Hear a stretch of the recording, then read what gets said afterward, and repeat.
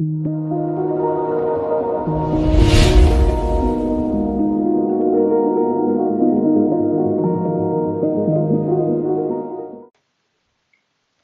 Guys, welcome to my YouTube channel let's code with me.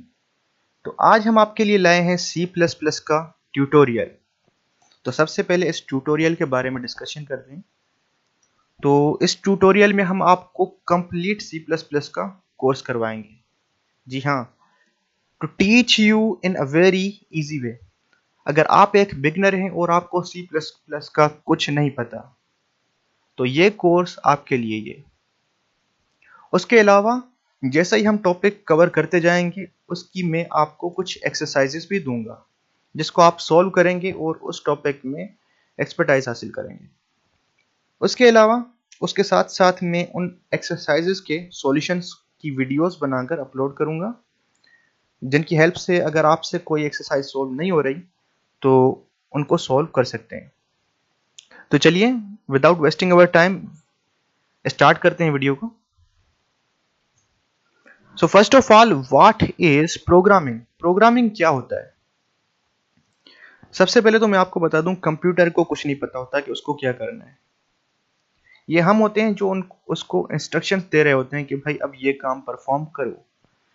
तो computer को instruction देने का जो तरीका होता है उसको हम प्रोग्रामिंग कहते हैं। मतलब programming is a way to instruct the computer to perform various tasks. उसके अलावा प्रोग्रामिंग जो होती है is a process of a problem solving. So next, what is programming language? Programming language क्या होता है? सो प्रोग्रामिंग लैंग्वेज बेसिकली एक tool होता है। ये एक डिजाइन्ड लैंग्वेजेस होती हैं जिसके जरिए हम हार्डवेयर से कम्युनिकेट करते हैं, अपने कंप्यूटर से कम्युनिकेट करते हैं। हम अपने कंप्यूटर को इंस्ट्रक्शन दे रहे होते हैं कि भाई अब ये काम करो। क्योंकि हार्डवेयर को, जैसे मैंने आपको कहा कि कंप्यूटर को कुछ नहीं पता होता, कंप्यूटर कहता है tell me what to do, और हम उसको किसी प्रोग्राम के जरिए से बताते हैं कि भाई अब तुम्हें ये करना है। उसके बाद अपने पॉइंट की तरफ आते हैं, introduction to C plus plus. So what is C plus plus? C plus plus भी हमारी एक प्रोग्रामिंग लैंग्वेज है जिसके जरिए से हम अपने कंप्यूटर को इंस्ट्रक्शन देते हैं और इसके जरिए से हम मुख्तलिफ सॉफ्टवेयर एप्लीकेशंस वगैरह बनाते हैं। C++ was developed by Bijan Strostrup as an extension of C। सबसे पहले C लैंग्वेज थी हमारी। तो जब C लैंग्वेज पे थोड़ा काम किया गया, उसको एक्सटेंड किया गया, कुछ न्यू फीचर्स आए जैसे कि ऑब्जेक्ट ओरिएंटेड प्रोग्रामिंग। तो ये हम बाद में समझेंगे ऑब्जेक्ट ओरिएंटेड प्रोग्रामिंग क्या होता है। तो कुछ एक्सटेंशन किया गया सी लैंग्वेज में, तब इसको सी प्लस प्लस कहा गया। सबसे पहले इसका नाम रखा गया सी विथ क्लासेस। उसके बाद इसको कहा गया कि भाई हम नाम रखते हैं C plus plus. So C plus plus gives programmer high level of control over system, resources and memory. So हमारी जो सी प्लस प्लस लैंग्वेज है वो हमारे हार्डवेयर से बिल्कुल क्लोज होती है। मतलब इसको किसी मीडियम की ज़रूरत नहीं पड़ती हार्डवेयर से कम्युनिकेट करने के लिए। जैसे हमारी दूसरी प्रोग्रामिंग लैंग्वेज है कुछ, उनको मीडियम की ज़रूरत पड़ती है, लेकिन इसमें कोई ऐसा चक्कर नहीं है। सो नेक्स्ट हम बात करते हैं features of C plus plus की। ऑब्जेक्ट ओरिएंटेड प्रोग्रामिंग, तो मैंने आपको पहले ही कहा कि इसको बाद में डिस्कस करेंगे क्योंकि ये अभी हम बिगनर हैं तो हमें समझ में नहीं आएगा इसका। सो सेकेंड चीज़ जो है, प्लेटफॉर्म इंडिपेंडेंट। ये जो हमारी लैंग्वेज है C plus plus, platform independent है।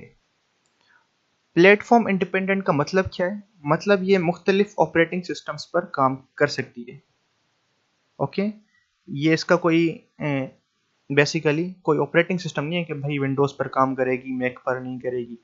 ये हर प्लेटफॉर्म पे काम करती है, मतलब प्लेटफॉर्म इंडिपेंडेंट है। उसके अलावा C plus plus language simple है और हाई लेवल प्रोग्रामिंग लैंग्वेज है। कुछ बुक्स लिखते हैं कि ये मिडिल लेवल प्रोग्रामिंग लैंग्वेज है, में दोनों चीज़ें मिल रही होती हैं हमें कि हाई लेवल कोई कह रहा होता है, कोई मिड लेवल। उसके अलावा सी प्लस प्लस लैंग्वेज जो है ये पॉपुलर लैंग्वेज है। और C plus plus case sensitive है। केस सेंसिटिव का मतलब ये होता है कि आपका जो सेंटेक्स्ट है उसमें अगर कोई अल्फ़ाबेट है या कोई कोड है वो कैपिटल अल्फ़ाबेट्स में लिखा हुआ है, अगर आप उसको स्मॉल अल्फ़ाबेट्स में लिखते हैं तो वो एरर देगा, मतलब प्रोग्राम नहीं चलेगा। तो केस सेंसिटिव में आपको क्या करना पड़ता है, जैसी चीज़ें हैं एज इट इज़ वैसी लिखनी पड़ती हैं सेंटेक्स में। ये हम बाद में इसको डिस्कस करेंगे अच्छी तरह से। और उसके अलावा ये कंपाइलर बेस्ड है। अब कंपाइलर क्या होता है? कंपाइलर एक ट्रांसलेटर होता है, क्योंकि कंप्यूटर को हमारी लैंग्वेज समझ में नहीं आती। अब ये जो हमारी लैंग्वेजेस हैं सी प्लस प्लस, पाइथन, जावा वगैरह, ये हम अपनी लैंग्वेज में कोड कर रहे होते हैं, यानी इंग्लिश लैंग्वेज वगैरह में। ओके, तो कंप्यूटर को तो उसका नहीं पता कि ये लैंग्वेज समझ में नहीं आती उसको। कंप्यूटर की लैंग्वेज है जीरोस एंड वंस, यानी बाइनरी लैंग्वेज। तो कंपाइलर क्या करता है, जो हमारी लैंग्वेज है यानी जो हमने सोर्स कोड बनाया होता है उसको ट्रांसलेट करता है बाइनरी लैंग्वेज में। फिर कंप्यूटर को समझ में आती है कि भाई हमें ये काम परफॉर्म करना है। So next, dynamic memory allocation. इसको भी हम बाद में डिस्कस करेंगे, अभी ये हमारा टॉपिक नहीं है। Existence of libraries. C plus plus में बहुत सारी ढेर सारी लाइब्रेरीज हैं। किसी पार्टिकुलर काम को परफॉर्म करने के लिए हमें लाइब्रेरी चाहिए होती है। तो लाइब्रेरी भी हम बाद में डिस्कस करेंगे कि ये कैसे होती हैं, क्या होती हैं वगैरह। उसके अलावा सी प्लस प्लस की जो मेन खासियत है, सबसे अच्छी जो मुझे लगती है, कि वो है स्पीड। अगर आपको कोई ऐसा प्रोग्राम बनाना है जो सुपर फास्ट हो तो आप सी प्लस प्लस यूज़ कीजिए। ओके, तो नेक्स्ट हम बात करते हैं IDEs for C plus plus. अब ये IDE क्या होता है?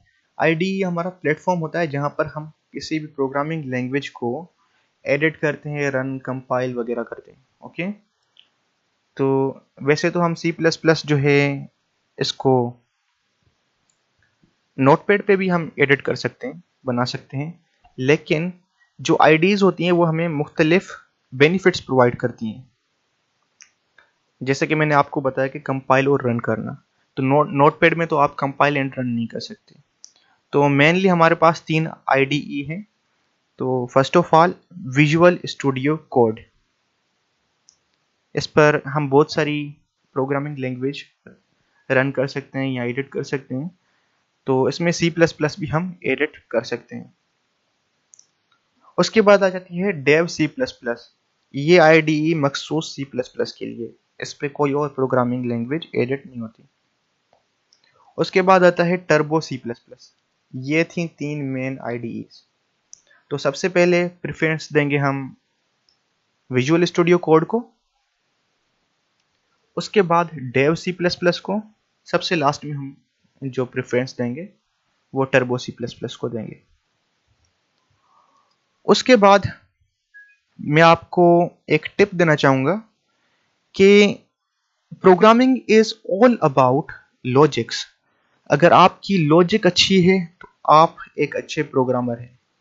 अगर आपकी लॉजिक्स अच्छी नहीं है तो उनको इम्प्रूव करने की कोशिश करें ताकि एक अच्छे प्रोग्रामर बन सकें। तो ये चीज़ मेन है, अगर आपकी लॉजिक अच्छी है तो आप एक अच्छे प्रोग्रामर हैं। एट द एंड में आपसे एक गुजारिश करूंगा कि इस चैनल को सब्सक्राइब कर लें ताकि इस ट्यूटोरियल की नेक्स्ट आने वाली वीडियोस आपको नोटिफिकेशन के ज़रिए मिलती रहें।